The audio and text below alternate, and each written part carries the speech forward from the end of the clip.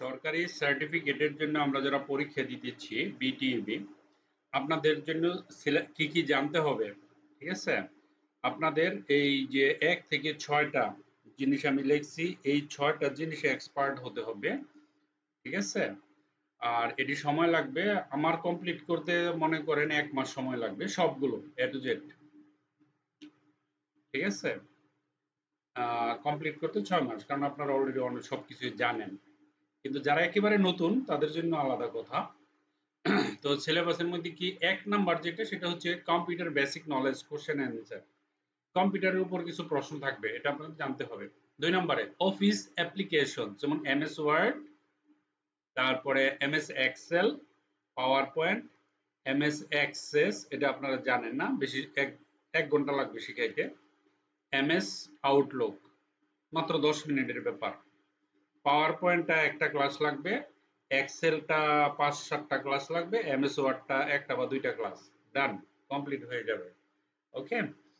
আর basic HTML ২-৩টা class লাগবে, graphic design minimum ১ সপ্তাহ লাগবে বেসিকটা। আর English language step by step, এটা একদিনে শেখা যাবে না, এটা প্র্যাকটিসের ব্যাপার স্যাপার আছে। আর সবগুলো কমপ্লিট করার পরে ফ্রিল্যান্সিং এর গাইডলাইন আপনাদের আমি দিয়ে দিব।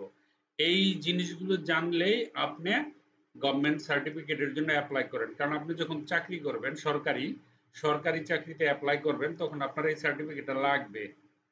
হ্যাঁ, ধরেন কোথাও চাকরি হয়ে গেল, এখন আপনাকে বললো যে কাগজপত্র জমা দিতে, আমাদের কাছে আসে মানে পাগল হয়ে যায়, বলতেছে মানে অনেক টাকা অ্যামাউন্ট বলে যে হ্যাঁ, যে একটা সার্টিফিকেট, কিন্তু আমাদের তো কোনো ক্ষমতা নাই, সার্টিফিকেট তো বোর্ডের সার্টিফিকেট, বোর্ডের সার্টিফিকেট তো নকল করা যায় না। আর এটা অনলাইন হয়ে গেছে, অনলাইনে রেজিস্ট্রেশন নাম্বার থাকে, আপনাকে সেই নাম্বারে যে কেউ আপনি যেখানে চাকরি করবেন না ওইখানে ওরা চেক করবে নাম্বার দিয়া, চেক করে দেখবে এটা জেনুইন কিনা, তাই না? সেই জন্য এটা হয় না টাকা দিয়ে। কিন্তু আপনার জয়েনিং ডেট হয়ে গেছে অথবা চাকরি হয়ে গেছে, ইন্টারভিউ সময় কাগজ জমা দিতে হইব, হাতে সময় আছে মাত্র ৭ দিন, কিন্তু আপনার সার্টিফিকেট লাগবে।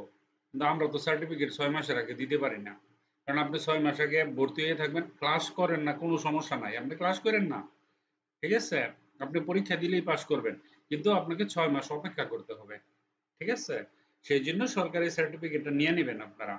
হ্যাঁ, আপনার পড়াশোনার জন্য কোনো টেনশন করা নাই, আমি অনলাইনে যে ক্লাসটা নিব অথবা সপ্তাহে একদিন এসে আপনি খালি প্র্যাকটিস করলেই হয়ে যাবে, একেবারে সিম্পল, ঠিক আছে? তো এই সার্টিফিকেটটা লাগে, কারো মনে যদি ইচ্ছা থাকে ভবিষ্যতে গভর্নমেন্ট চাকরি করবেন তখন এটা জমা দিতে হয়, ঠিক আছে? একাডেমিক সার্টিফিকেটের সাথে এটা জমা দিতে হয় কম্পিউটারের উপর, এবং ওখানে লেখা থাকে যে বাংলাদেশ কারিগরি শিক্ষা বোর্ড, হ্যাঁ, যুব উন্নয়ন অধিদপ্তর সরকারি বা আহ, অনুমোদন প্রাপ্ত কোনো প্রতিষ্ঠান থেকে সার্টিফিকেট, মানে এক্সাম দিয়া গভর্নমেন্টের সার্টিফিকেট নিয়ে ওইটা দিতে হয়, খালি একটা যে কোনো জায়গায় ঢুকে একটা নর্মাল সার্টিফিকেট নিয়ে দিলে হবে না। হ্যাঁ, তাহলে ওইটা ওইটা ওইটা অ্যাকসেপ্ট হবে না, ওই চাকরি হবেই না, ঠিক আছে? এই হলো বাস্তবতা।